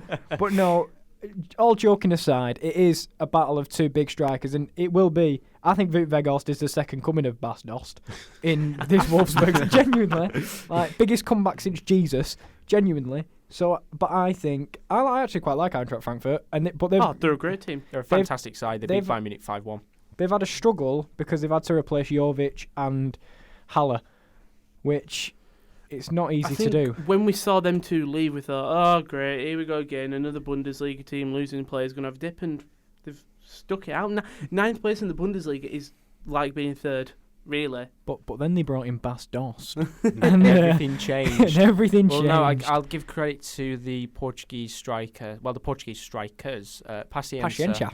And Andre Silva, who they've both done a Silva's really good been job. Great They've been fantastic. I think Paciencia's been good as well. Well, I'm voting for Silva. We'll find out on Saturday. He got called up, did Paciencia? We're for going the to first take time. a prediction for this game. Which one, the Bas Dost derby? Frankfurt v Wolfsburg. Let's have a prediction. Who is going to score in that game? Are both players going to score, or is it going to be Bas Dost? None or of them are going to. separately? None of them are going to. None of them. Oh, Weghorst. Weghorst, Chris. None of them. None of them. Oh, you disrespectful Well, we people. will find out next week who scored the goals. We're going to take a little bit break now. We're going to put some music on, and then afterwards we've got the big quiz, which I hope I haven't ruined with all the questions. You haven't ruined any. We'll do that in a couple of moments after this song.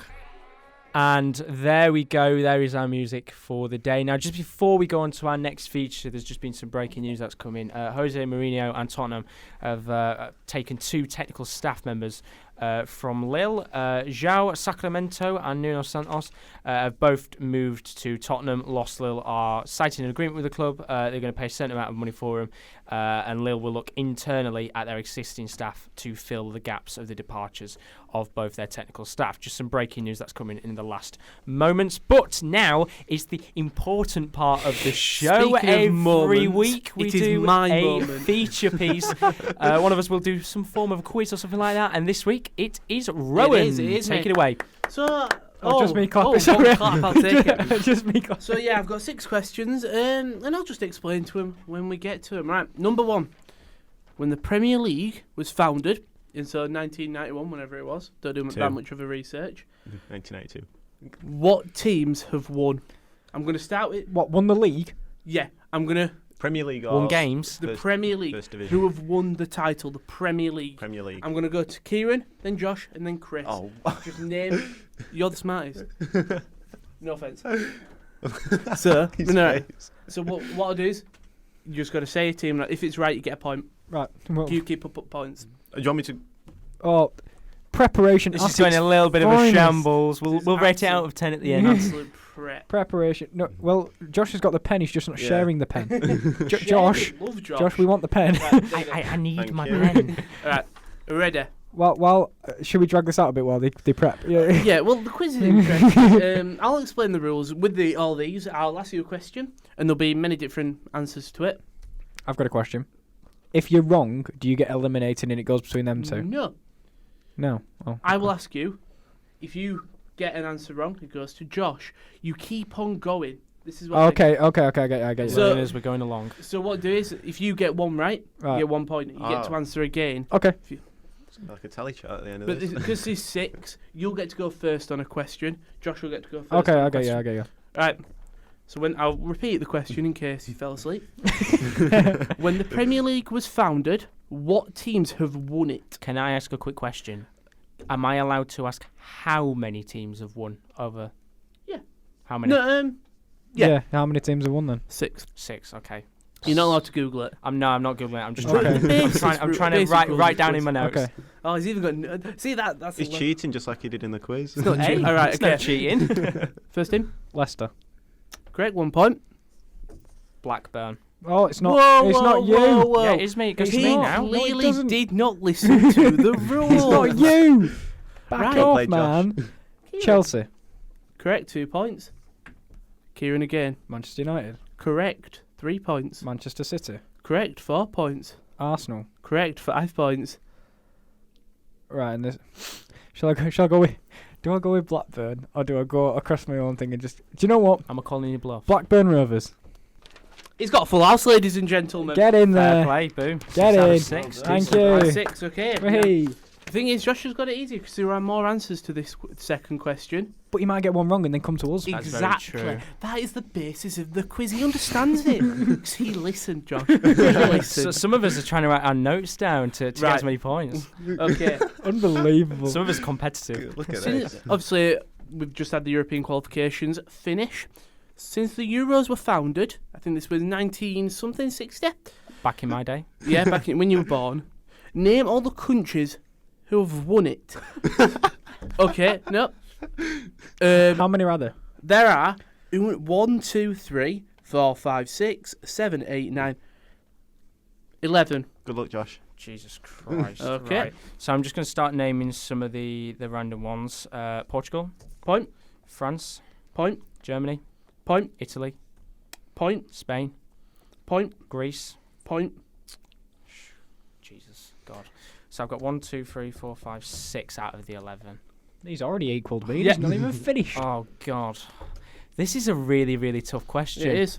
There are some, Do you include what I will call trick answers. Trick answers. Do you include West Germany as What Germany? I call trick answers, Chris. West Germany. Correct. Well done, Chris. Beautiful. Just gave him 3 Cheers. points. I'll have that 3 point. Thank you very much. This is going well. This isn't There it? are 5 teams left. Oh, right. I just disagree. I don't think this was fair. Spain, Greece, West Germany. I haven't even got He a point gave yet. yeah, but he gave him an answer. To be fair, You know, I fairness- did give you Blackburn. that was my next answer, man. All right, go on, Josh. You've got 5 more Um, left. God, we'll be here all day. So I've got them. 4 more, sorry. 4 more. All right. Okay. Well, Well, yeah, you've got 7, haven't you? So obviously England didn't win it. I am going to push for time. I'm going to give you 10 seconds. 10 seconds. Right. I might as well just name a random club. Belgium. It's incorrect. Darn it. That's fine. I'll just name a Goes random club. on to Chris. I'm going to say Denmark. Correct. 1 point for Chris. Oh wow. How many left now? 3. 3. Have Czechoslovakia won it? They have won it. That's 2. Jesus. well, this isn't fair. He studies history. 2 more left. He studied. No, he still does. I'm going to give you 10 more seconds. Do you know what? This is a really, really tough one, isn't it? Soviet Union. It's 3 points. Oh my word. 1 more left. 1 more. Learn your history, guys. By the way, when you say Soviet Union, I'm guessing you mean like Russia. Well, I'm going to go technically by the titles in case. Oh. I mean, he said Germany and the other one was West Germany. He went taken by his title. It was Soviet Union. 1 more left. 10 seconds. Yugoslavia. Incorrect. We got Kieran for the Oh. final one. No pressure. Should we just keep going around and just name every country? Poland. Incorrect. Go on. I like the speed there. Jesus. Oh, I'm not about this wasting my time. Like. Sweden. Incorrect. Hungary. Incorrect. Finland. Incorrect. This is the first major Scotland. tournament. What am I talking about? Scotland. Incorrect. 10. 10, 9, 8. Bulgaria. Incorrect. I think you should just tell us the answer. No. Because we'll be here all No. day. We won't. Norway. We'll be There's here a all lot day. of European teams. Norway. Incorrect. Cyprus. Incorrect. I can't. Cyprus. Might as well, innit? Just go through them all. 10, 9. Switzerland. Incorrect. Turkey. Incorrect. Iceland. Incorrect. East Germany. Incorrect. I'm going to give you a clue. Liverpool. Was it the country of Scouse? Because they're not quite English. No, Liverpool. Just wait there while I go through the Liverpool starting 11. And Croatia. No, I know. Oh. Egypt isn't in the Europe. I was just thinking of You're missing a very big country. Dejan Lovren. Do you know what? That's really annoying because I was going to say Croatia then as You're well. missing a I just very think big country. Well, shut up, man. Netherlands. There you go. There I we thought go. we'd said it. I don't think you did. Did we not? No. No, I don't think we did. I'm not gonna lie. It all just went through our mind. Do I get Alright. do I get a point for that, or we're not I'm counting gonna. that? Yeah. we'll- Give him Yeah, a point. he's- Go on, he's- give him a he's got it point. He's got Give a him a Okay, point. One, Chris, two. this is the third question. Off the back of their wonderful success. We'll edit that out. Wonderful success in the Euros. Turkey. There have been 11 Premier League goal scorers from Turkey. Can you name them, me? Tunçay. That's one. That was mine. In the Premier League. Yes. This is Premier League era. Yilmaz. Never played in. Incorrect. Well, I know one's Cenk Tosun. For God's Cenk sake. Tosun is one. Don't even bother asking me. There's no point. Actually, no. Soyuncu. I'm not finished. He is not finished. He has forgotten the rules of his quiz again. I'm having that point. No, thank I'm you. not. Kagla Sayonku. I'm having that Give point. the point to Give Kieran. that point to me. Come I was on. first. I'm not Kieran, having that. Keep on going. Right. Okay. Let's think about. I don't think he ever played in England, but I'll go with it anyway. Altintop. Incorrect. I don't think he ever played in I England. think he did play. When I was looking at these things, I only knew. Sunshine. You know, I'm probably the least football knowledgeable out of them. I knew two. And you've already said Tunçay and Soyuncu. Sorry, I knew Soyuncu. So you said Tunçay, Soyuncu, and Tosun. Tosun. Can we get a reply? Answer from Skip. you. He's Oh, he's skipping skipping. it. It's a dangerous tactic. What I'm going to do now is I'm going to create a new rule. If you don't know an answer, you can say void, and you're out of the questions. Oh, well, Oh. I'm just going to say void. There's no point me even Okay, bothering. Chris? How many more is there? Just a Give quick up while I question. can. There's 8. Can he not stay in and you just give us a clue and we'll see if we can get it from that? Yeah, there's 8 left. I'll give you a clue for one. Well, I'll let Chris go Nuri first. Sahin. Nuri Sahin is one. Yeah, he played for Liverpool. Of course he did.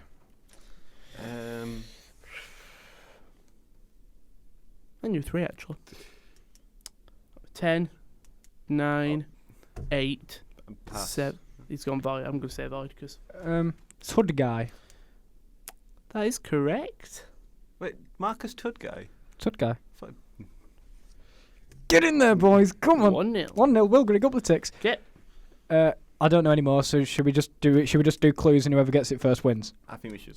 Go on.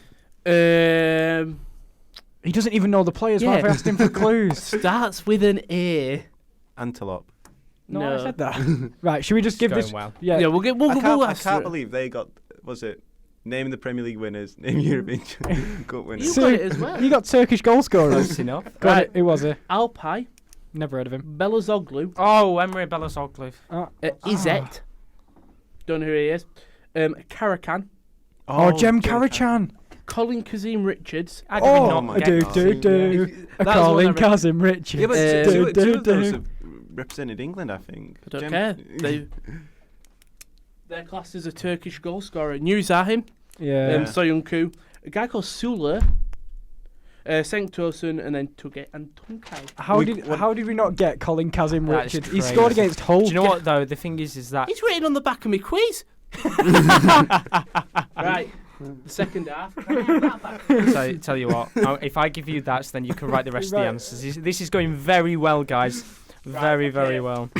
See, streamlined. Okay, Kieran, back to you. Wait, what are the scores? What are the Oh, scores? for God's Oh sake. my Jeebus. Okay. This is We've got absolutely Kieran brilliant. on 1, 2, 3, 4, 5, 6, 7, 8, 9. Kieran's on 9. Woo. Yeah. Josh is on 3, 6, 8. Oh. I'll take that, considering And I Chris, just you didn't are get on any of them 5. Turkish ones. I can't believe you said Seonku, but he's not your goal. I know. You need to look. I'm giving you 3 No, points. you would have got that because I wouldn't have got that. Right, Kieran. 4th question. It's final time. It's on you for the start. This one, there isn't actually many answers. Okay. There have been 5 Premier League goalkeepers who've scored a goal in the league. Can you name them in an actual Premier League match? Fraser Forster. Incorrect. He's not on here. He was. Because it wasn't Fraser Forster, because it got scored against Fraser Forster. Okay, Josh. Paul Robinson, Correct. Point. Schmeichel. Point. I'm going to ask you which Schmeichel. No, you don't have to answer that. I said Schmeichel, and that's Which the answer. Schmeichel? It can be any Schmeichel you No, want it to which be. Schmeichel? The one that played for Man U. Peter. Peter, yeah. Do you know his first name? That's a point to Josh. I had a brain fart. So I said Schmeichel and I said Paul Robinson, didn't Yeah, 3 more. I? Asmir Begovic. That was the one I meant. Yeah. So that's him, and I know one more, I Him. think. I'm not gonna lie, I don't know anymore, so I'll let it pass on. There's 2 more left, Chris. Nigel Martin. Incorrect. Never heard of him. Ben Foster? Incorrect. You'll kick yourself. Go on, go again. Or just skip I'm again. just gonna say any goalkeeper. I can give you a clue once we get back to Kieran. I'll just say Hugo Lloris. No. It's never gonna happen. Brad Friedel. Oh. What? Correct. Yeah, good one actually. That Friedel. There's 1 more left In the Premier League era. in the Premier League era. Is that the obvious one, or was Friedel the obvious one? The one that's left is an obvious one Nice. as well. They're all obvious, both of them. But the one that's left is obvious. I can give you a clue once we get back to Kieran, so if you want to avoid the answer. Yeah. Take the clue. Stars and Stripes. Oh, Tim Howard? Correct? Ah, Yeah. when did Tim? I'll be honest, you could have said that for the last 2 because Brad Friedel's Exactly, American but as well. He Yeah. got Brad Friedel. Yeah. When did Tim Howard score? I don't think he's got that answer. It was for Everton, obviously. 2008. Oh, interesting. Okay. That's a good question. So That this one. is for you, Josh. I'm going to say a nation. This one's a bit more easy. I'm going to say a nation. Tell me who the highest scorer in the Premier. This is like a Premier League thing quiz this week. No, he's gonna go like Azerbaijan. Don't worry. There are no nations. Okay, you ready? Spain. Oh, Jesus Christ! You've got to get the top one, I'm guessing. The Yeah. top one. On the Premier League EPL website, they have stats section. I've done all seasons No. since the founding, and I've gone for nation and goals. I've got about 100 different Spanish strikers in my head, and I bet both of you two have got the exact same. I'm gonna go for it, and it's probably gonna be wrong. It's the pressure. And I know one of you two are probably going to say the one that I'm thinking, and you're going to go, Rowan's going to go, that's right. Torres. Correct. Yes. That's the one I was Yeah. thinking. I was I think thinking he was on a- I was thinking By the Torres way, or he was on a Costa. Are surprising. you going to him for the next nation? No, I'm sticking Okay, with Josh. no worries. It's on a surprising amount. He's like on 172. I thought either Torres or Diego Costa. I'm not going to lie. Mine was Torres, the one in my Yeah. head. Okay. Italy. Oh, Oh. bloody hell. Oh, God. Now, whoever's Italy, you're going to be going way back here, I'm guessing. I could tell you it was the 90s. The 90s. Oh, God. Back in my day when I was Possibly. alive in the 90s. Maybe even after that. But I'm pretty confident it was no. 90s. Oh, is it Gianfranco Zola? It isn't. Oh, is it not? No. Really? Oh, wow. Okay. is it Christian Vieri? No. Oh, I was going to go for that as well. Get it back to him. Why am I having an absolute brain fart?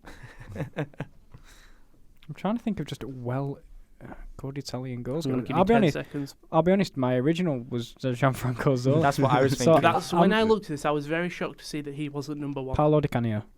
Correct. Oh, Get in there. Oh, A nice little start. Graziano Pella is 7th. I was gonna. Do you know what? When I couldn't think of Di Canio, so I was gonna go. there I was a think he was on there was a like part of me 14. that thought Di Canio, but I thought Canio's I not many. thought Gianfranco It- Zola. he over only Vieri. had 70 Is, Di Yeah. Canio. is Pablo Osvaldo up there when he played with? Right. Kieran. Yes. England. Oh my God, it's between 2. But I It can't- is. Oh, is it? Yeah, no, I know it is. Shearer. Correct. It was Point. between Kane and Shearer. Yeah, I was going to say, where's Kane on the He's top? close. Is I he think close? he's 5th. I think it goes Really? like... Yeah, Gerrard's extremely high. Lampard's above him, high. yeah, yeah. Rooney's as well. there as well. Okay. Portugal. Oh, right, okay. I'm just going to go for the obvious one. It's not you, it's not you. Yeah, it's me. So I'm just writing notes. I'll be honest, I think mine's. I'm going to go for the obvious one. But I don't think it is. Why am I saying this? Cristiano Ronaldo. It is correct. Oh, Yeah. That was sort of it's red such a herring. trick question because, again, I don't want to go for it because it's so obvious. That's why I put that down, but I thought, oh, Go on. might not be. Germany. This is where you try to think of Germany goal scorers. Mesut Ozil. It's correct. Really? Yeah. Yeah. Would've Midfielder. said There's not many Klinsmann. German goal I scorers. was thinking either Ozil or Ballack. Ozil's the high. Wow. It is Ozil. Don't remember seeing Ballack. Hmm. Netherlands. Robin van Persie. Correct. This is my fun one. Scotland. It's Premier League era, isn't it? Oh no. Yeah, that's. So you can scratch off Dalglish. Which is exactly what I thought as well. That was where I was going. That was going to be my answer. Famous Scottish strikers. Or is it a Scottish striker? We'll throw a curve. Scott McTominay! Incorrect. Oh, that was for you, Kieran. I'm having a serious brain fart right now. There is. Scott, Oh Scott no. McTominay! Oh. That was for you, Kieran. I'm thinking of a guy I can't remember his name, and it's probably not going to be him. And I'm going to put all the effort in to try and think of his name. It's the guy that played for Norwich that I'm thinking of in my head. Stephen Naismith. Stephen Naismith. Incorrect. Oh, I think it's Grant Hanley. It's Grant Hanley. Is it Duncan Ferguson? It is Duncan Ferguson. wow. How did he get that? Because he's a history guy. He's alright, he's losing. I'm losing. I Yeah, haven't had it's any alright, questions. Well, yeah, because everyone else is better than you. We're just feeding points. I just think it was France. Scott McTominay. I'll repeat it. Ooh. France. F-A-R-N-C. Eric Cantona? Incorrect. Thierry Henry. Correct. Oh, Come on, God. That was an Chris. easy point. Don't- I was so Completely shocked forgot when you about said him. There are Cantona. two more left. Oh, I like this. I like this game. This is a good one. Wales. Ryan Giggs. Correct. Last one. Argentina Sergio Aguero. is correct, yeah. I was going to say. I'll be honest. I was thinking how long Crespo played for Chelsea. He flopped, I think. Yeah, and he didn't play long anyway. Right, our sixth and final question. You start with Chris, by the way. No, start with Josh. No, we don't. Cause Oh, Josh yeah, started sorry, on man. that. Yeah, been I shafted I started on this. forgot the rules. Well, You good luck haven't? with this one. It's a man who's had great form in the Euros for. Can I just say, I think Kieran's naming every player that's played for Manchester United. Marcus Rojo is the highest Argentinian goal for scorer. a certain Nordic team, I'd like to know, he may be CDM. Can you name all the clubs that Teemu Pukki has played for? Norwich, Point, Celtic. point. Oh, is it Bromby? Point.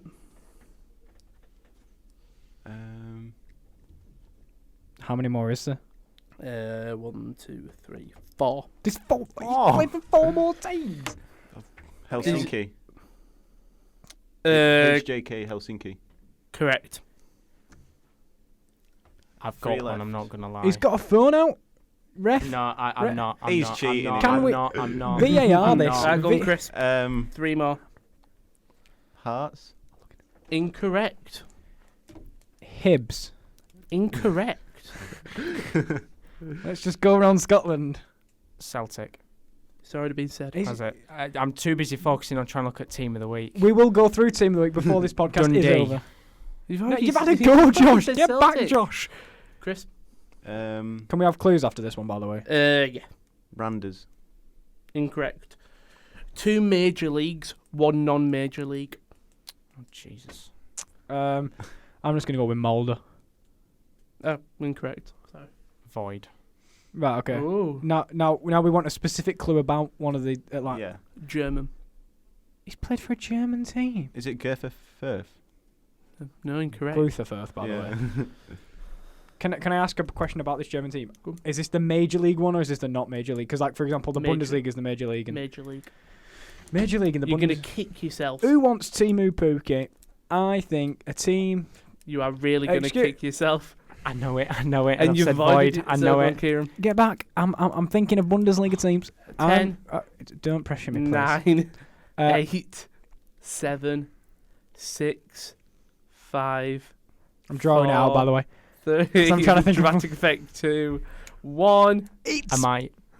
Hertha Berlin. Has Incorrect. Chris got another guess? Am I allowed to guess? No, 'cause you said void. I know it. No, go on. Go on. Give Go it. on in. then, I'll give you the point if you get it. Schalke. It is Schalke. Give him a point. Thank you. Right, we'll go to you, Josh, again. He's put Jaffa cake. Yeah, no, the video. He's wearing a Schalke thing. Oh, how many Jaffa Yeah. cakes in your mouth? Are we still going? Is there more questions? 2 more. Oh, 2 more clubs for Pookie. Um, Can we have another clue about the Major League one, please? 1 major league. No. Clue about it. Spanish. Spanish team. I didn't. He played for 2, but 1 was their reserves. I so I'm not didn't counting realise he'd played so much. I'm gonna go for a random one, and I highly doubt it. Real Valladolid. it. Incorrect. But Is it Almeria? Incorrect. I'm guessing I they're said in. major league. Yeah. Real Betis. Incorrect. They used to be Sevilla. in the top flight. What? Sevilla. Correct. Really? Yeah. Wow, that was a Wow. good guess. There is Wowzers. There is one team left. Non-major league, and I think it's in the same league as Helsinki. I think it's the Finnish league. Bloody hell. Might be here all day, guys. I don't know the proper name. I know it's abbreviation. If that helps. Chris, That was me throwing the piece of paper. we've still got a hitting point the- to Yeah, go. no, just adding it up. go on. Do you know it? Not know it? No, I'm waiting for it. I'm gonna, Um, am I right to say void now? Yeah. I was gonna Helsinki B team. I was gonna go with Tromsø, but I'm pretty sure they're from like Denmark or Norway. Go on, I've got no idea. KTP. It's where he started his career at. Who are KTP? Katie Price. Exactly. Katie Tompkins. Who knows? Well, That I've was got a to say quiz. that was the quiz. Chris, Is it a good one? Chris Just with the kept scores. Wait, hold up. Can I improve on the quiz? I've got to say, I'm not gonna lie. I actually The quite, the questions were really, really good. Yeah. That's good. I I'll try think- my best. Yeah, we. Thank good, you good very little quiz much. there. Right, so Can I read it, please? So it's my quiz. The quiz master. bloody hell. Can we have a drum roll, please? Chris is in third with 11 points. oh, In second, with a whopping total of 14, is... It's Josh. woohoo! In first place is Kieran with 18 points. He knows his Premier League. Well He, done, he well does. done. He does. I tell you what. I think what saved me there was the goal scorers. Yeah, Obviously, I think- good little quiz that. been because- about 10 points. But before we go, let's go through team of the week while we're here for people who haven't heard it. Donnarumma, Otamendi, Elvedi, Liner, They Ain't No Party Like a Thomas Party, Cruz, Selnace, McGinn, Ronaldo, Hazard and Kane. Okay, you Quite a good team. So that scared is me the then. EA Sports FIFA Team of the Week. Obviously, they release it every Wednesday, 3 o'clock. There's a couple of other players in there. Anana, second in form, Gerard Moreno, Hero Pookie. There are a couple of guys in there. But that is it for this week's podcast. Thank you very can much. join us on Friday. We will be live from about 10 a.m. to 10:30 in the morning as the Euro 2020 playoff draw commences underway. We'll be looking at who faces each other. We'll go more in depth into the pots, and it'll be me, Chris, and Kieran, and Rowan will be joining us later I on will. into the live stream for that. So once again, thank you very much for joining us. I hope you enjoyed the podcast, and we will be back next Wednesday, probably I'd say about 3:30 Yeah. for your next instalment, looking at the week's football fixtures ahead. So once again, thank you very much, and Thank you. we'll 3, see 2, you next 1, week. ready? Goodbye. Goodbye.